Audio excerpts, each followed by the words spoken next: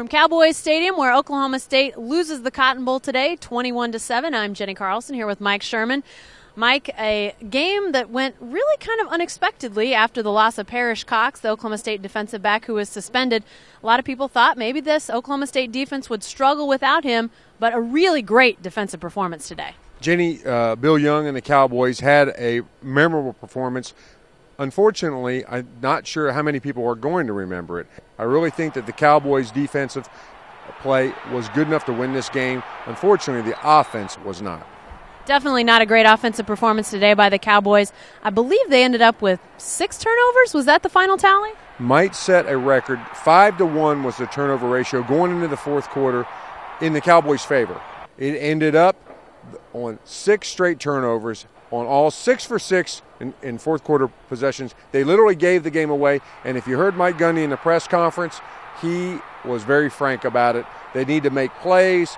It was really, I think he was embarrassed by it, and he was really tough on his quarterback right before he sat down next to him. Oklahoma State's offense was not up to the task today, clearly.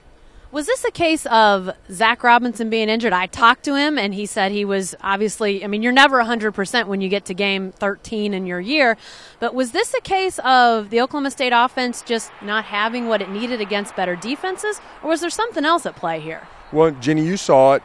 Zach had this pad on under his shoulder pad where his right shoulder was raised up. It really looked like something was wrong. I don't buy this whole thing that he was healthy.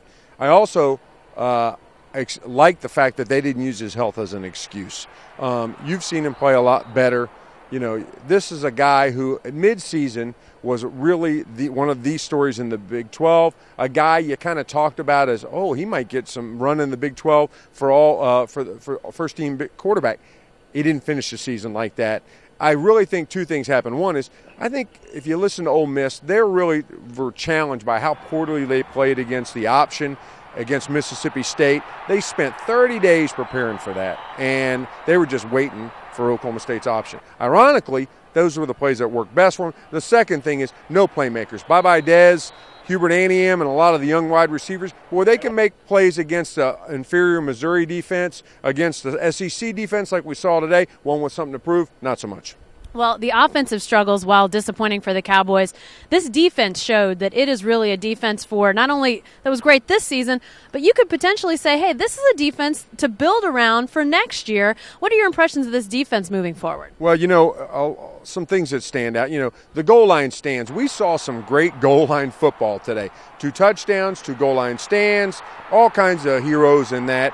Chinasa, Donald Booker.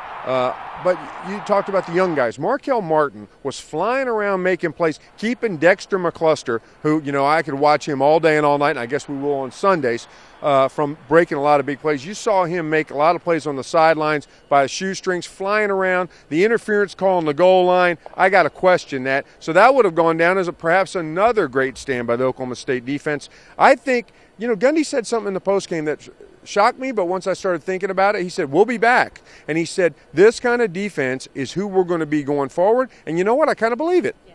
So how are we going to remember this 2009 season? I think that's a question now. This great senior class, Zach Robinson, Andre Sexton, Russell Okung, Parrish Cox, while not here, was obviously a big performer these last 4 years for the Cowboys.